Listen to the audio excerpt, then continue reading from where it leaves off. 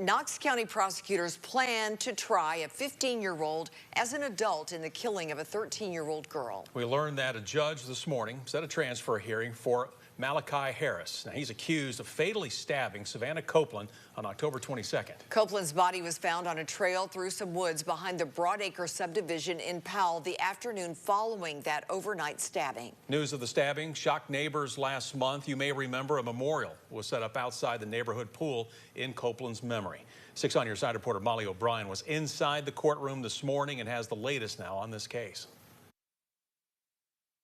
Malakiah Harris showing very little emotion during Wednesday's hearing. The 15-year-old is charged with second-degree murder. Normally, like I said, in juvenile court, the focus is the best interest of the child.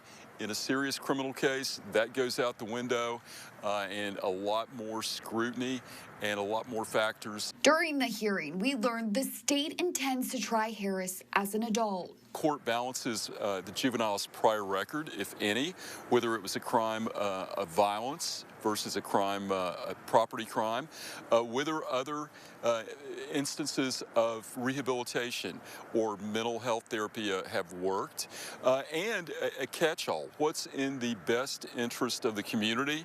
The judge will weigh those factors at a future hearing and make a ruling. If he finds by a probable cause standard that the juvenile should be transferred, then they are tried in adult court, and the change in the sentencing exposure can be dramatic. Also during the hearing, the defense filing a request for discovery. Discovery is basically you're asking to see the evidence in the case. So if it's a homicide case, you want to see the autopsy. You want to see the DNA. You want to see if there's any forensics.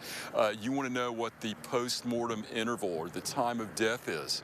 The judge ruling the state has until January 14th to hand over all of the evidence. Malakiah Harris is due back in court for a transfer hearing on January 14th at 8:30 a.m. In Knoxville, Molly O'Brien, 6 on Your Side. And of course, we will continue to follow this case as it makes its way through the court system.